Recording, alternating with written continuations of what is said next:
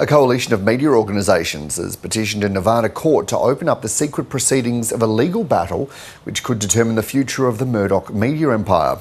In July, the New York Times published a report that the Murdoch family is locked in a secret court battle over the control of the family business. Paddy Manning is a journalist and author, and his latest book is titled The Successor, The High-Stakes Life of Lachlan Murdoch. He joins us now from Hobart. Good morning. Morning, Dan. What's your assessment of what's going on here? Well, you have a highly secret hearing in a family trust dispute, which would normally not be of any public interest. It's entirely a private matter, but in this case, it's over the control. The dispute is over the control of perhaps one of the most powerful media empires in the world, and that, of course, is the Murdoch media empire that spans Fox and News corporations and is helmed by Lachlan Murdoch since the retirement of his father Rupert late last year. And so what do you expect is at stake here? Is this about who has the majority shareholding? Yes, so the way the trust works, while Rupert is alive, he has complete control, but he is now 93. And there has been, and my book also reported and reinforced this, the prospect of a tussle for control of the empire once he dies between his 4 elder children, who will have an equal say in how the trust votes. And the trust is still the largest shareholder, and certainly the holder of the voting shares in both Fox and News Corporation.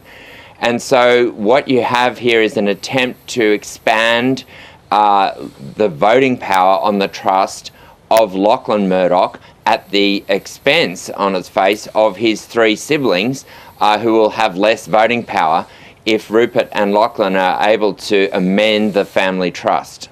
And that's what they're arguing in Nevada in a hearing that begins on Monday week. Yeah, I bet you're going to be watching that very closely. Out of curiosity, why Nevada? Well, Nevada is less transparent, if you like, than other jurisdictions in the United States, and so there's an over-representation of family trusts that are registered there, and that is partly why you are having these proceedings that have been so under wraps that even the existence of the proceedings has not been discoverable.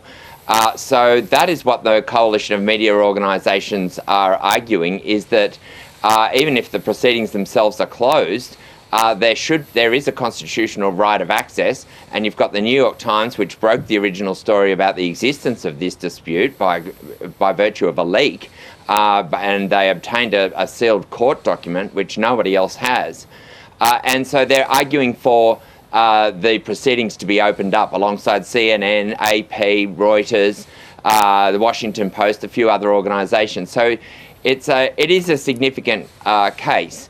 And yeah, I've actually interviewed a group called Our Nevada Judges, which is trying to open up these proceedings along with the media organisations. Yeah, I wanted to ask you, Paddy, about finally about Our Nevada Judges. Who are they, and what is their aim here?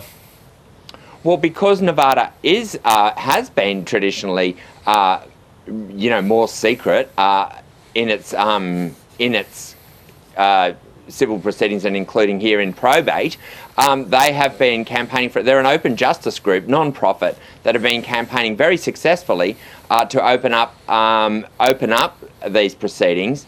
And in this case, it's the first family trust case that they are bringing. So it's very hard to predict how they will succeed, but they are determined to appeal if they're unsuccessful in the first instance to the Nevada Supreme Court, and even all the way to the Supreme Court of the United States, arguing about the public right to know what's going on in these proceedings and whether the trust law is being administered fairly. A very interesting couple of weeks ahead there. Thanks so much, journalist and author Paddy Manning. Good to have you along. Thank you.